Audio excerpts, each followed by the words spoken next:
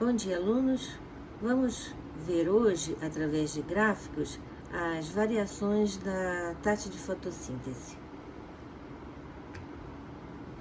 O processo de fotossíntese acontece principalmente nas folhas, mais especificamente no interior dos cloroplastos. Ele é dividido em duas etapas, em que são conhecidos como fase clara e fase escura. Vamos ver primeiro a fase clara. A fase clara da fotossíntese é também conhecida como fotoquímica e acontece na membrana dos telacoides através das reações luminosas que promovem no estoma dos cloroplastos a fixação do carbono.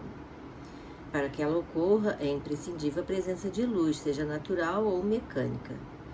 Ao final dessa fase são produzidos oxigênio, ATP e uma substância NADPH2.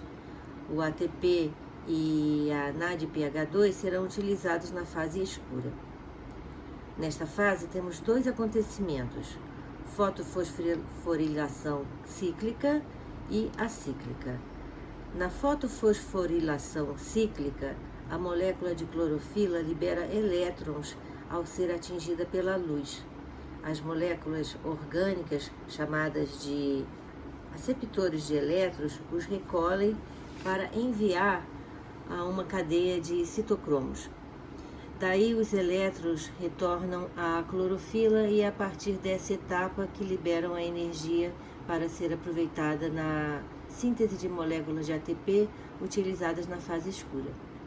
Percebam que os elétrons retornam para a clorofila.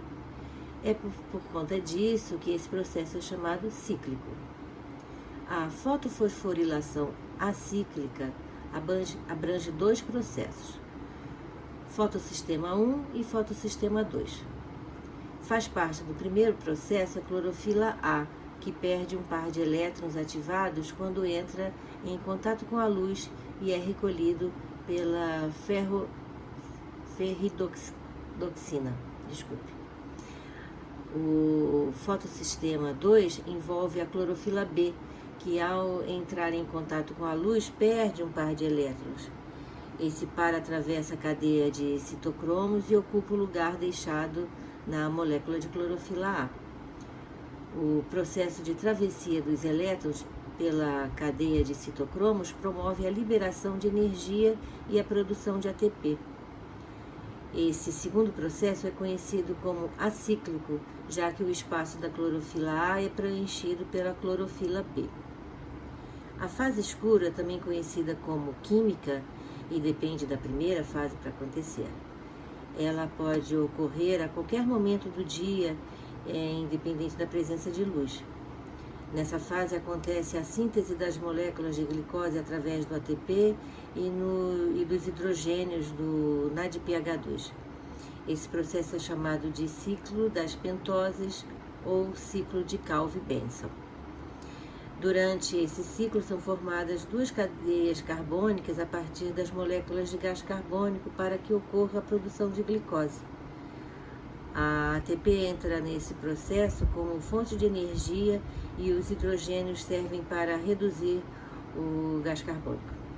Muitas pessoas entendem que a fase clara só acontece durante o dia, mas vale ressaltar que essa informação não procede, visto que esta luz não precisa necessariamente ser solar. Pode ser uma luz branca, por exemplo, mesmo que seja à noite. O mesmo acontece com a fase escura, porque muitos acreditam que ela só aconteça à noite, por causa do seu nome, mas na verdade seu nome é dado apenas quando não há necessidade de luz, porque ela não há necessidade de luz, para que ela aconteça. O processo de fotossíntese abrange os elementos luz, gás carbônico e água. Ao unir esses elementos, ocorre a produção de glicose e do oxigênio, sendo um dos processos mais importantes para a sobrevivência de vida na Terra. Vamos ver como a temperatura afeta a taxa de fotossíntese, ok? Plantas mantidas em condições ideais de luminosidade e de concentração de gás carbônico na atmosfera aumentam a taxa de fotossíntese à medida que aumenta a temperatura ambiental até mais ou menos 45 graus Celsius. E a partir desse limite, o aumento de temperatura causa uma drástica redução, não apenas na fotossíntese, mas também na maioria das reações vitais. E isso acontece porque as enzimas celulares sofrem desnaturação em temperaturas altas. Então, analisando o gráfico, vemos que a taxa de fotossíntese sobe até uma temperatura considerada ótima e aí depois começa a descer se a temperatura começa a subir. E agora vamos ver a ação da quantidade de luz.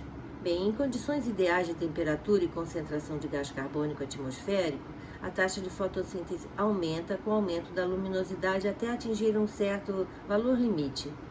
Esse valor corresponde a uma intensidade luminosa a partir da qual a taxa de fotossíntese deixa de aumentar e ele é chamado de ponto de saturação luminosa. A clorofila absorve mais eficientemente luz com comprimento de onda correspondente ao azul, ao violeta e ao vermelho e praticamente não absorve luz verde. Analisando o gráfico, concluímos então que a taxa de fotossíntese aumenta até um certo ponto, que é chamado de ponto de saturação luminosa, a partir do qual a taxa de fotossíntese se mantém constante.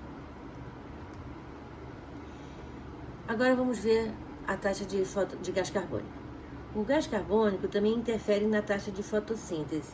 A concentração desse gás no ar atmosférico, cujo volume atualmente oscila entre cerca de 0,03% e 0,04%, é bem inferior à quantidade que a planta seria capaz de utilizar na fotossíntese. E isso pode ser demonstrado submetendo-se uma planta a concentrações crescentes de gás carbônico no ar ao seu redor, mantidas em as condições ideais de luminosidade e de temperatura.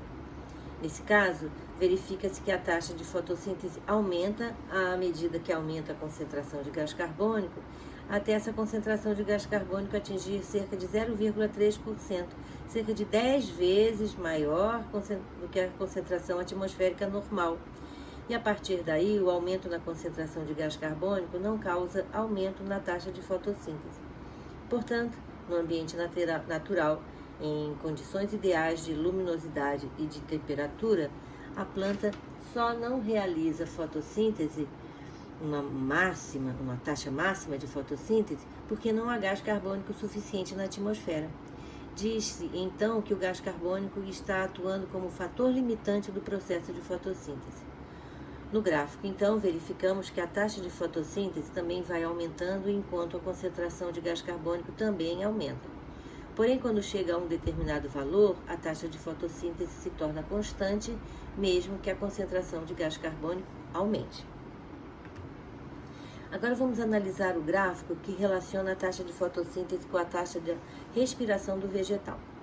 Em vermelho está a linha da taxa de fotossíntese e em verde a taxa de respiração. Primeiramente, queria ressaltar que muita gente fala uma bobagem do tipo: a fotossíntese é a respiração da planta, ou de dia a planta faz fotossíntese e de noite ela respira. Nada disso.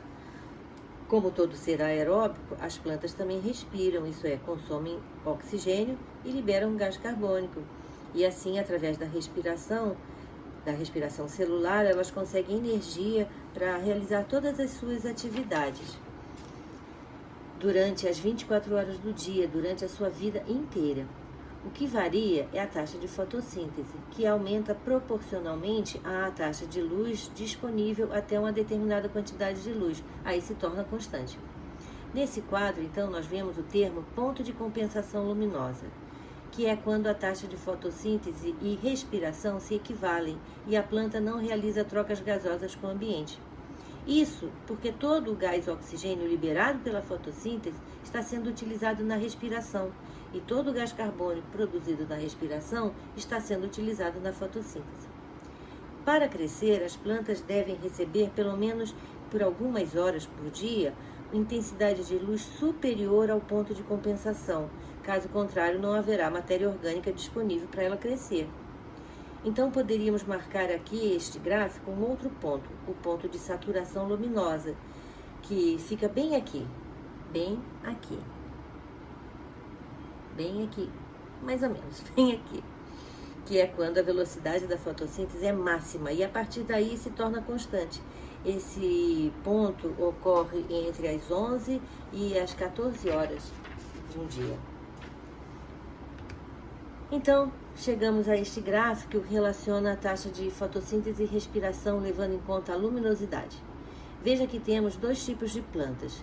Espécies com ponto de compensação elevados só conseguem viver em locais de alta luminosidade, sendo por isso chamadas de plantas heliófilas, ou plantas de sol. Já espécies com ponto de compensação luminosa mais baixo necessitam de intensidades menores de luz e podem viver em ambientes sombreados, sendo por isso chamadas de plantas umbriófitas, ou plantas de sombra. Vejam que os pontos de compensação fóticos são diferentes nas diferentes plantas também. São exemplos de plantas de sol a babosa, a begônia, os cactos e as cicas, o hibisco e a azaleia também, sendo a espada de São Jorge uma das mais resistentes ao sol. E são exemplos de plantas de sombra, a jiboia, a peperônia e o ficus. Como dizem, são plantas que gostam de sombra e água fresca. Bem, alunos, por hoje é só e até a próxima.